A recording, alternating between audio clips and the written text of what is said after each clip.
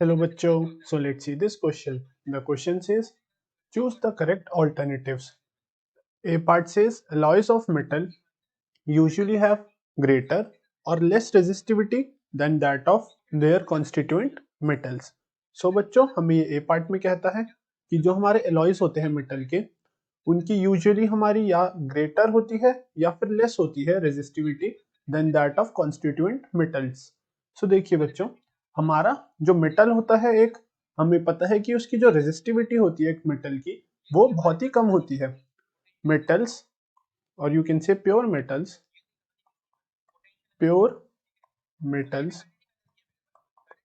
Usually और pure metals have very low resistivity. तभी बच्चों वो हमारा इजीली करंट इलेक्ट्रिसिटी को कंडक्ट कर सकते हैं, जो उससे करंट पास होता है उसको इजीली कंडक्ट कर सकते हैं। बट बच्चों जब हम एलॉय से और जब हम मेटल्स प्योर मेटल्स को कंबाइन करके एलॉय की फॉर्मेशन करते हैं तो एलॉय की फॉर्मेशन पर जो हमारे एलॉय के मेटल्स होते हैं उनकी अपनी अपनी रेडियाई होती है। बेसिकली बच्चों जो एलॉयज होते हैं उनकी उसमें यूज करे हुए मेटल्स की different metal have different radii. तो जैसा इन मेटल्स के जो मॉलिक्यूल्स होते हैं उनकी डिफरेंट रेडियाई होती है, जिस कारण जो हमारे एलॉयज होते हैं उसमें जो कंडक्टिविटी होती है इलेक्ट्रॉन्स की वो इवनली नहीं हो पाती। प्योर एलॉयज जो प्योर हमारे कंडक्टर होते हैं, प्योर मेटल जो हमारे होते हैं उनका एक डेफिनेट क्रिस्टल स्ट्रक्चर होता है। हमारा डेफिनेट क्रिस्टल स्ट्रक्चर होता है of pure metals. But in alloys हमारा indefinite crystal structure होता है because of difference in the radii of the metals। indefinite, due to which बच्चों जो हमारा indefinite crystal structure होगा, due to this हमारा जो इलेक्ट्रॉन का कंडक्शन होगा through alloy that will be far more less as compared to a pure metal। hence alloys have greater resistivity।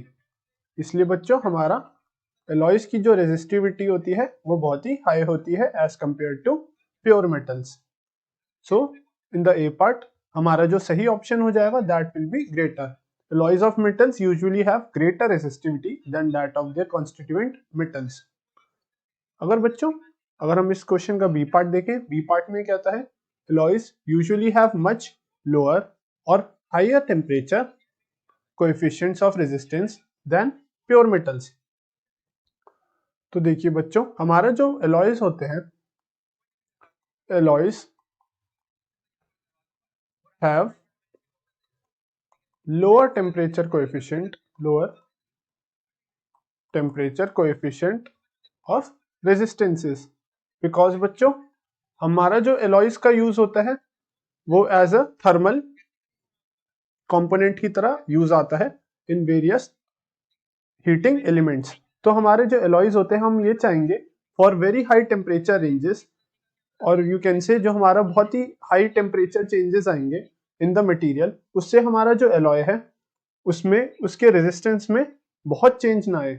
Okay, हमारे जो एलॉयज है उसके रेजिस्टेंस का जो जो उसकी रेजिस्टेंस की वैल्यू है वो बेसिकली सेम ही रहे throughout the ranges of temperature. So हम चाहेंगे कि उसका जो टेम्परेचर कोएफिशिएंट ऑफ रेजिस्टेंस है वो बहुत ही लो हो, जिससे कि हमारा जो उसका रेजिस्टेंस में चेंज आएगा वो बहुत ही कम कम आएगा as compare to other metals and semiconductors। So the answer is alloys usually have much lower temperature coefficient of resistance than pure metals, and that can be proven by the formula R equals to R naught 1 plus alpha delta T। तो अगर यहाँ से बच्चों हमारा alpha जो कि temperature coefficient of resistance होता है, अगर वो हमारा यहाँ से देखे अगर अल्फा कम आएगा तो अल्फा कम होने की वजह से हमारी ये वाली टर्म अप्रोक्सीमेटली इक्वल टू 1 हो जाएगी, राइट बच्चों।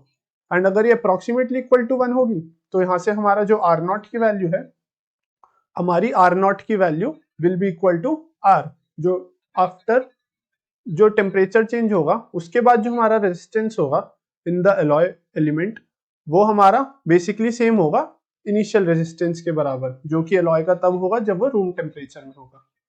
So the answer is the alloys usually have lower temperature coefficient. अगर बच्चों हम इस क्वेश्चन का डी पार्ट देखें, सी पार्ट देखें, तो सी पार्ट में बोलता है resistivity of alloy manganese is nearly independent of or increases rapidly with increasing temperature। तो देखिए बच्चों, नाउ दिस टाइम हमें क्वेश्चन में क्या आता है कि हमारा एक एलॉय मैंगनीज है होता है जो कि इंडिपेंडेंट होता है ऑफ, जो रेजिस्टिविटी होती है एलॉय मैंगनीज की वो इंडिपेंडेंट होती है ऑफ टेम्परेचर, या फिर वो इंक्रीज करती है rapidly with increase in temperature. तो देखिए बच्चों, हमने इस बी पार्ट में देखा था कि जो हमारा एलॉय होना चाहिए उसका एक lower temperature coefficient of resistance होना चाहिए। एंड बच्चों हम ये चाहेंगे कि हमारा एलॉय के जो रेजिस्टेंस है वो चेंज ना हो जब हमारा टेम्परेचर हायर वैल्यूज को अप्रोच करे। सो बच्चों, हमारी यहां से हम देख सकते हैं हमारे जो एलॉय मैंगनीज होगी, alloy manganese that should be nearly independent of, is nearly independent of temperature.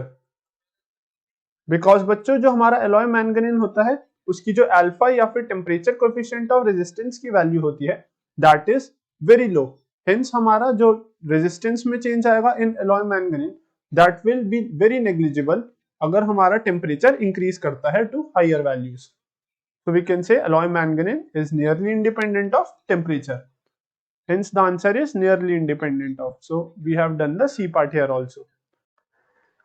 अगर इस क्वेश्चन का अगर हम D part देखें बच्चों, which says the resistivity of a typical insulator is greater than that of a metal by the factor of order 10 raised to the power 22 and 10 raised to the power 23.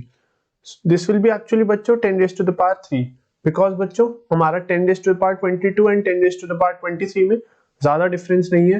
And हमारा basically जो typical insulator होता है that is basically उसकी जो resistivity होती है of the insulator